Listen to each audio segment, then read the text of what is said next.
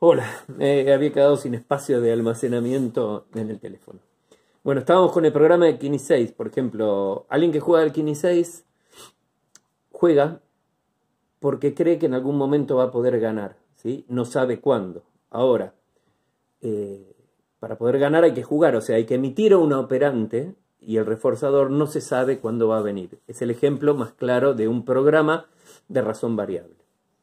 Por su parte, los programas de intervalo, ¿sí? Uno supondría que, bueno, imagínense que básicamente o intuitivamente que uno fabrica camperas y que entonces en un programa de razón fija de una hora es que independientemente de la cantidad de camperas que esa persona me entregue en el lapso de una hora, cada una hora yo le voy a pagar una cantidad fija de dinero.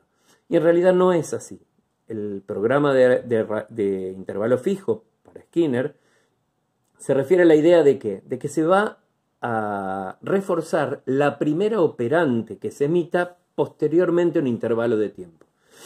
Imaginemos que una persona durante la primera hora fabrica 3 camperas, ¿no es cierto? Entonces me entrega 3 camperas, ¿sí? Me entrega 3 camperas, me entrega 2 camperas, ¿sí?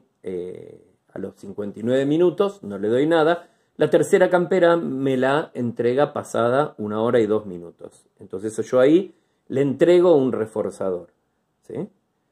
Sigue pasando 1 hora y no importa cuántas camperas me entregue, solo le voy a dar dinero a la primera campera que me entregue pasada 1 hora después de que había entregado la anterior. ¿Entienden? O sea, el intervalo de tiempo, ¿sí? Siempre se refuerza la operante. O sea, si no hay operante, no hay un refuerzo. Tiene que hacer algo para recibir ese reforzador. Y en las de intervalo variable no se sabe cuál es el tiempo transcurrido para entregar un reforzador cuando se emita un operante transcurrido ese lapso. ¿Entienden? Entonces, básicamente esos programas se combinaban y Skinner consideraba que el comportamiento de las personas podía ser de alguna manera moldeado, por eso habla de moldeamiento, ¿sí? En función de la administración o de la, digamos, de la implementación de esos programas de refuerzo. Algo importante dentro de la teoría de Skinner es lo que va a llamar el estímulo discriminativo. Un estímulo discriminativo es una señal que nos indica que está próximo a suceder un reforzador, ¿sí? ¿Cuál es la diferencia entre refuerzo y reforzador? Reforzador es el estímulo que se utiliza de alguna manera como un estímulo adverso o como un reforzador positivo, y refuerzo es la tendencia, ¿sí? O el hecho que tiene que ver con el reforzamiento particular de determinados tipos de conductas, ¿sí? Por eso hablamos de refuerzo positivo y refuerzo negativo y de reforzadores positivos y estímulos adversos, ¿sí? Entonces, el estímulo discriminativo es esa señal que nos indica que está próximo a suceder un refuerzo, un reforzador o a llegar un reforzador. Por ejemplo, en un programa de razón fija 7, cuando yo entregué la 6ª campera, se transforma en un estímulo discriminativo que me permite a mí saber o anticipar que a la próxima campera que entregue voy a recibir un reforzador. ¿Entienden? Queda claro esta idea.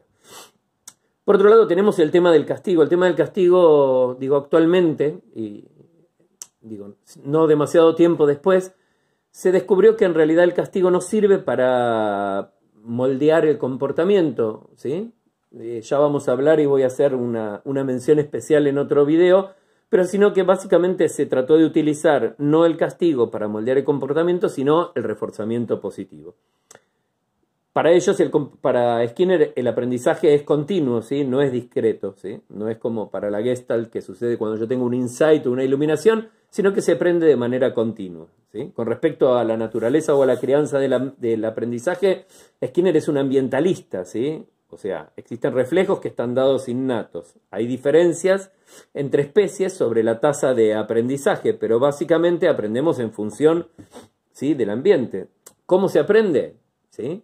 Se aprende, para que haya aprendizaje, una respuesta debe haber sido emitida espontáneamente y debe ser seguida por un hecho que la refuerce, ¿sí? Por ejemplo, como decíamos al principio en la otra clase introductoria, ¿cómo aprendo yo que meter los dedos en el enchufe da electricidad? O sea, desde otro punto de vista o para Bandura, bastaba con ver que alguien tenía una consecuencia desagradable para que eso se aprendiera. Para Skinner, tiene que pasar, o yo tengo que emitir un operante, que es meter los dedos en el enchufe, y tiene que haber una consecuencia desagradable, como una descarga eléctrica, para que yo entienda de que trae consecuencias desfavorables o displacenteras y deje de emitir ese tipo de operantes, ¿sí? ¿Qué es lo que se aprende? Se dice que se aprende la capacidad para activar operantes apropiadas en presencia de estímulos discriminativos específicos de acuerdo a tasas controladas por programas. ¿Cuál es la unidad? La relación entre estímulos y respuestas o tendencias a emitir conductas particulares, ¿sí? En función de esto, Skinner creó lo que se llamaba, que luego tiene una aplicación para la educación, que era la máquina de Skinner, o una máquina de aprendizaje autoprogramada, que de alguna manera es equivalente, o podría pensarse, lógicamente, que no funciona desde el punto de vista teórico. O sea, sí funciona, pero no funciona por lo que los conductistas creían que funcionaba. Por ejemplo, el aprendizaje a través de la plataforma, donde ustedes hacen o responden a una serie de preguntas, reciben un feedback que les dice si está bien o está mal.